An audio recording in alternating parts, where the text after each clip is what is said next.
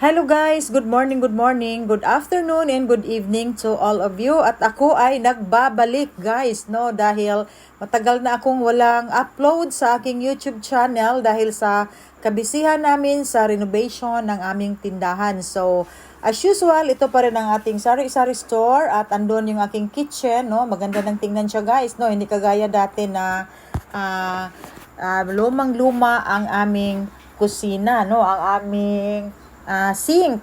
Okay, at sa likod ko ay yan yung ating table meat shop. At kumusta mga sis kasari dahil napakamahal na ng mga bilihin ngayon.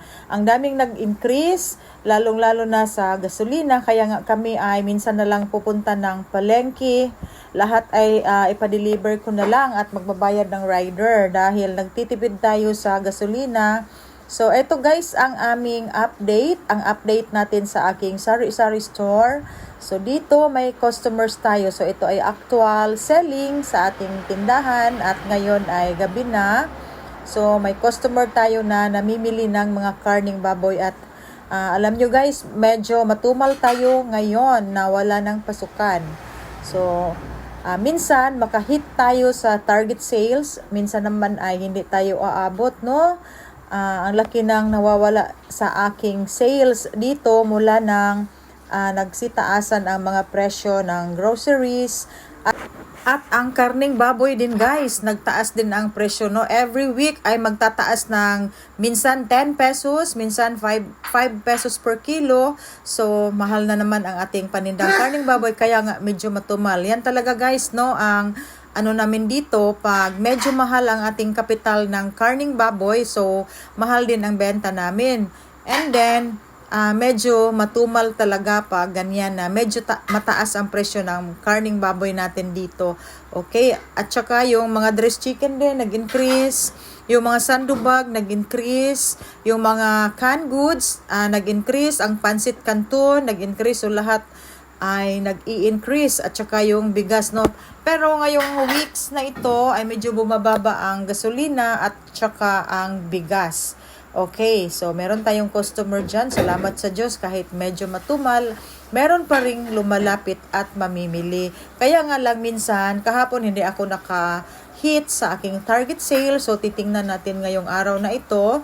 Kasi ganyan lang guys, no? May araw talaga na medyo matumal at hindi tayo makakaabot sa ating target sales every day. Kasi guys, computed ko na yan siya sa aming mga gastusin, monthly expenses, sa sweldo ng mga tao ko, sa aming mga bills, sa credit card. So, computed na yan siya. So, kailangan hindi ako bumababa sa aking target sales every day. Pero hindi talaga, may araw talaga na hindi tayo makaabot.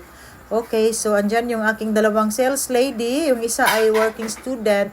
So, sa 1 week, 4 days lang siya mag-duty. So, okay lang yan.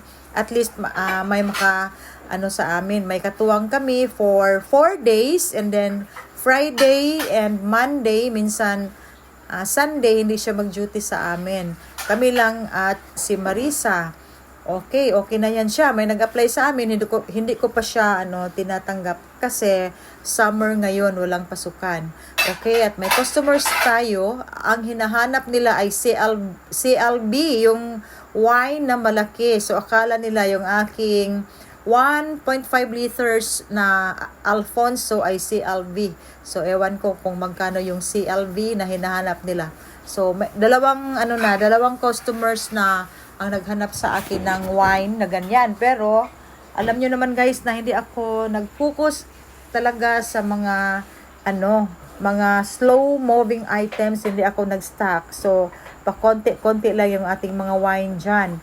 Okay, so dito, as usual, yung ating display na mga karning baboy. Ito ay bagong-bago guys kasi nag-order ako ng 1/2 carcass ngayon. Kahapon ay nag-dispose ako ng mga frozen. So, dito marami tayong mga mineral and distilled water. Ang dami kong mga, distilled water at meron pa akong dyan. Galing kami sa palengke, so marami ang aking in-order na mga peanut butter. So, dito yung canned goods natin at dinamihan ko guys ang aking mga century tuna na flakes in oil. Galing yan siya sa grocery kasi out of stock ang mga supermarket dito sa amin sa Davao. wala sa lots, wala yung stocks sa Great Wall. Okay, at itong pansit canton ay nagtaas na talaga guys, no? Dati ay 700 lang ang isang bundle, ngayon ay 850 at noong nag 850 hindi talaga ako nag-order. So, sabi ng ahente baka next week daw ay mag 800. So, ngayong week na ito ay 800 na lang siya. So, nag-order ako ng 2 bundle na maliliit. Dati ay ano lang ang ating puhunan dyan, nasa 26. Ngayon ay nasa 32 na ang ating puhunan. Okay, at may customer pa tayo dyan. Thanks God. Kahit tagtumal ngayon, ay meron pa ring namimili.